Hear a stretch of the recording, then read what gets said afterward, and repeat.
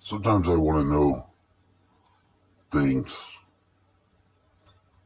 stupid things, things that make no sense.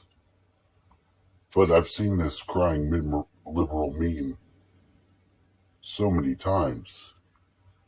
I began to think, man, how does that feel?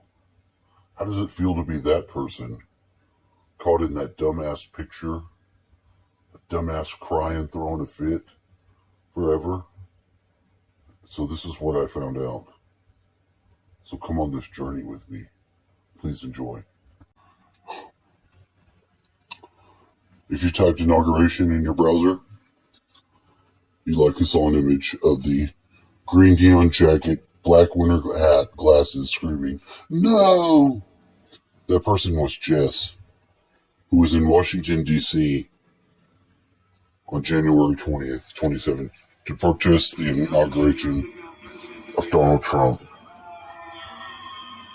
This no flew out of Jess's mouth after the oath of office during what seemed to be a deeply painful and private moment. But what Jess didn't know at that time, she was being filmed by a UK media outlet. Within hours, this person became the scream heard around the world. The meme seen around the world, and the symbol for liberal fragility in Trump supporters. For Trump supporters. Fearing their safety, Jess went into sort of hiding on social media and in their personal life. 4 years later, Jess tells the story. So just for the very first time. Let's see. Jess, it felt like being on the Titanic. For like being on the Titanic and being like, I know the iceberg's coming. I know the iceberg's coming, and oh my God, 1, 2, 3, we're hitting it. Ben, we're talking to a person we're calling Jess outside of Spring Day in March 2021, but they're telling us about a different day, January 20th, 2017. Jess. It was like 5 a.m. or something crazy, which to me is like, that's like the ass crack of dawn. Nobody needs to be up that early, Ben. Jess and a friend had traveled hundreds of miles to Washington, D.C., specifically for this day.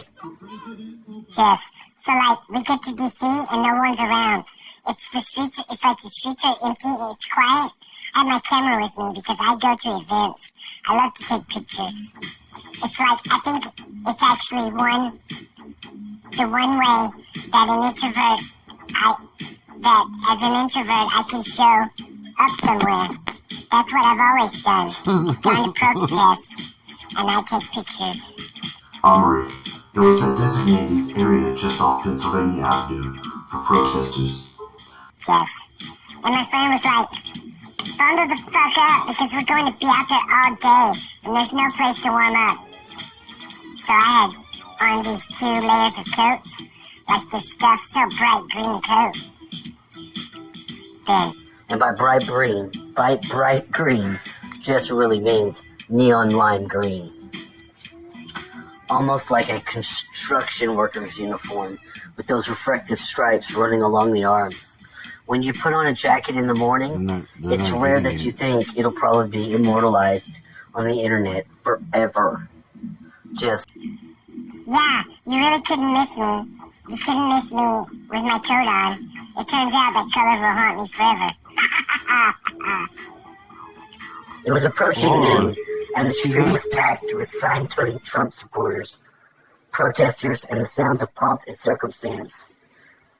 Yeah, and these huge speakers all the way up, down the street. I mean, it felt like we were in freaking Nazi Germany or something. It was like all of a sudden, just the sound of voices was coming over everywhere. It was like, you will now listen to us because we are in control. Oh yeah, ha ha ha. But the actual inauguration proceedings began. Something started brewing within Jess. I don't even remember honestly what it was. But it was somebody speaking, and I was just like, We're so screwed. This is so bad. We're in so deep. Missouri Senator Roy Blunt kicked off the swearing-in ceremony. Please stand for the inauguration. Blah, blah, blah. And I was just in my head, I was like, hell no. I was like, if there's something I can do right now, it's not stand for this motherfucker.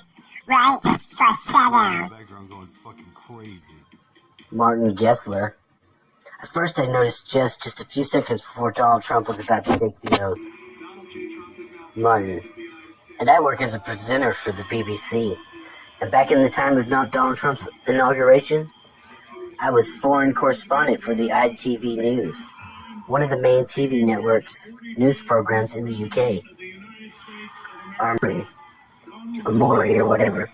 Martin and his cameraman have been traveling around the US for 3 or 4 weeks, straight in the lead up to the inauguration day, documenting people's hopes and fears for the Trump presidency, and now the day and the moment were here. The emotions were so high.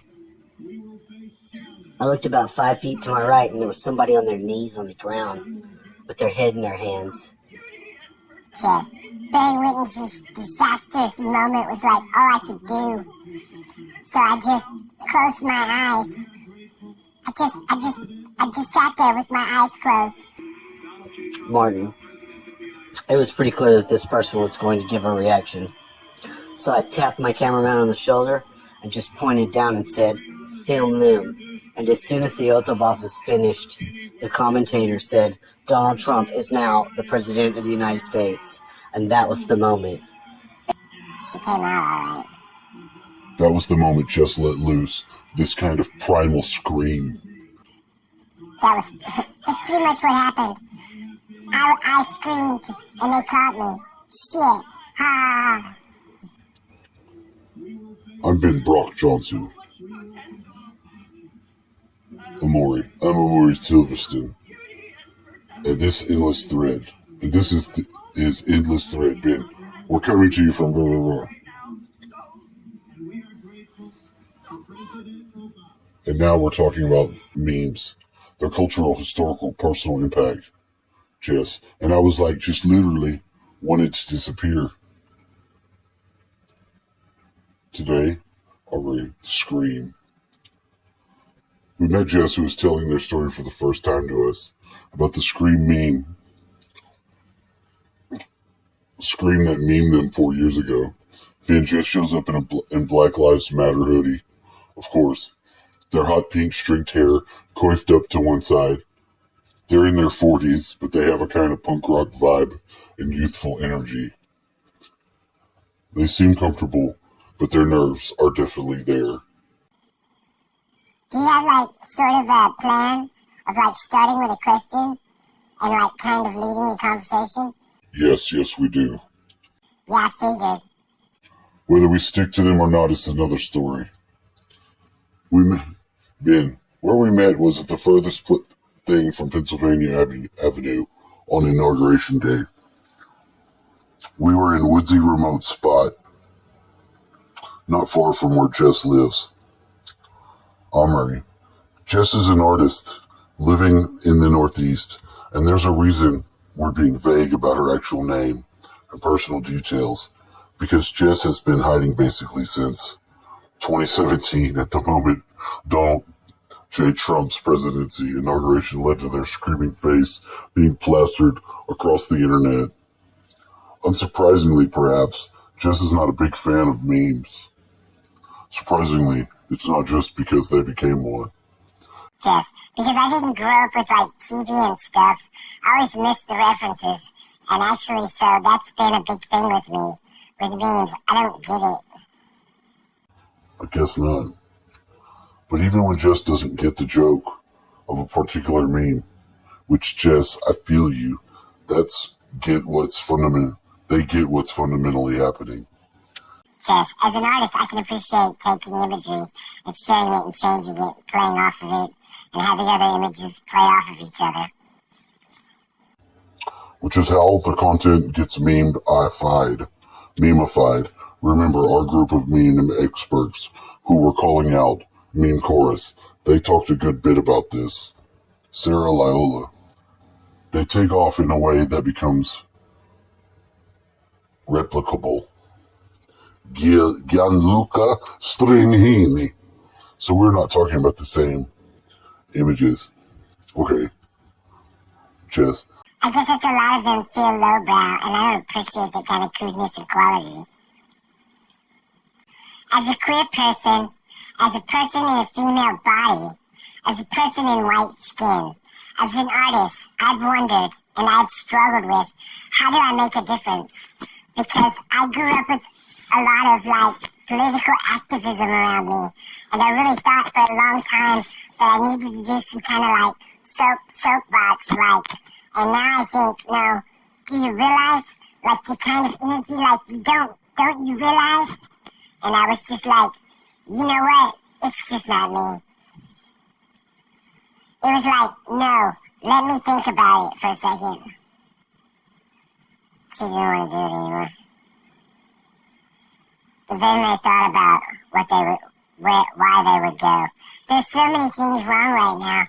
Black people being shot, that'll go for that. Like misogyny, climate change, just all of these things were like, okay, you know what? I don't really want to. But if I don't bring my voice and stand up for what I believe, that's the ultimate, lazy white privilege. Oh.